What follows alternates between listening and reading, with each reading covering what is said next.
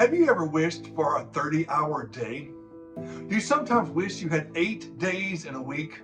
Oh, I often wonder what I could accomplish if I only had just a little more time.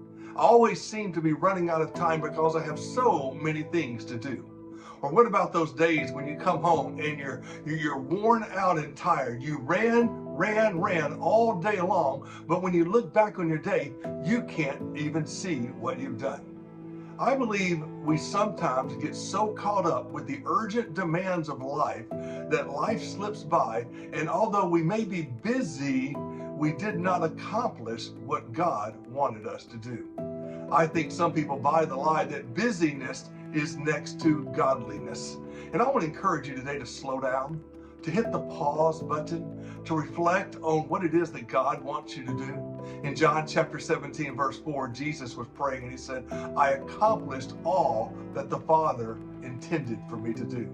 Friends, you don't have to do everything, but we need to accomplish that which God intends for us to do.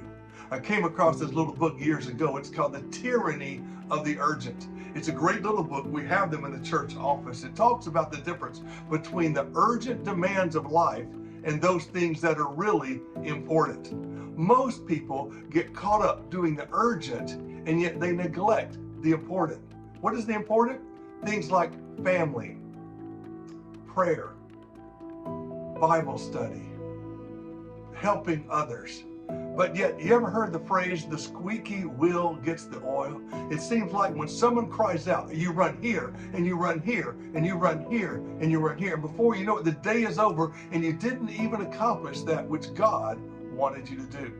That's why I like to have a daily quiet time. I like to spend my day alone, begin my day alone with God, saying, God, what is it that you desire for me to accomplish today?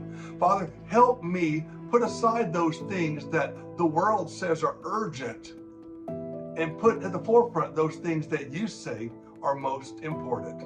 I believe when we focus on the important before the urgent, we will accomplish the task that God has for us to do.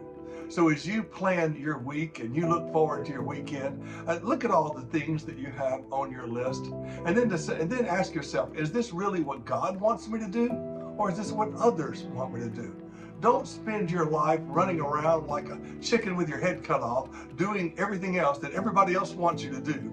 Say, God, what is your will? God, what do you have in store for me?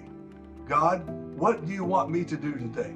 Begin each day with God, laying your day before God, giving your calendar to God, and when it's over, you can say, Father, I have accomplished the task that you gave me to do. That is a fulfilling and a successful day. May God bless you today and be encouraged.